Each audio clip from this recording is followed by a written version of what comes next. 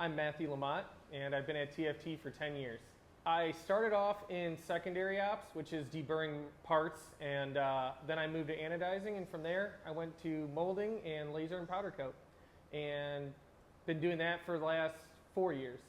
So a lot of the stuff, it's called special operations because it's a lot of real, detailed work that no other department does. So some of the skills that you need is an eye of detail, because powder coating, you want to make sure that all the parts are obviously covered, because it's the last thing and the first thing the customer is going to see when they're looking at a part.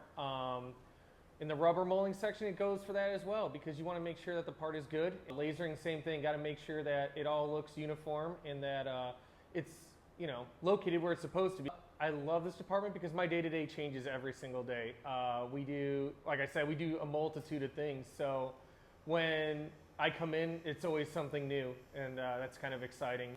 TFT proud to me means that you come in with a good attitude and you try and do your best. There's days where something will happen, especially in our department, a machine will crash or something like that.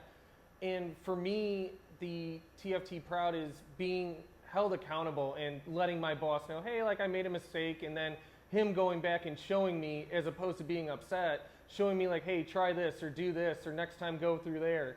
And just, I guess the proud part would be taking pride in what you do, and making sure that the part at the end of the line is as good as anything else that would come out of here. I've been here 10 years, and when you're here for 10 years, I mean, if you don't enjoy it, why would I be here for 10 years?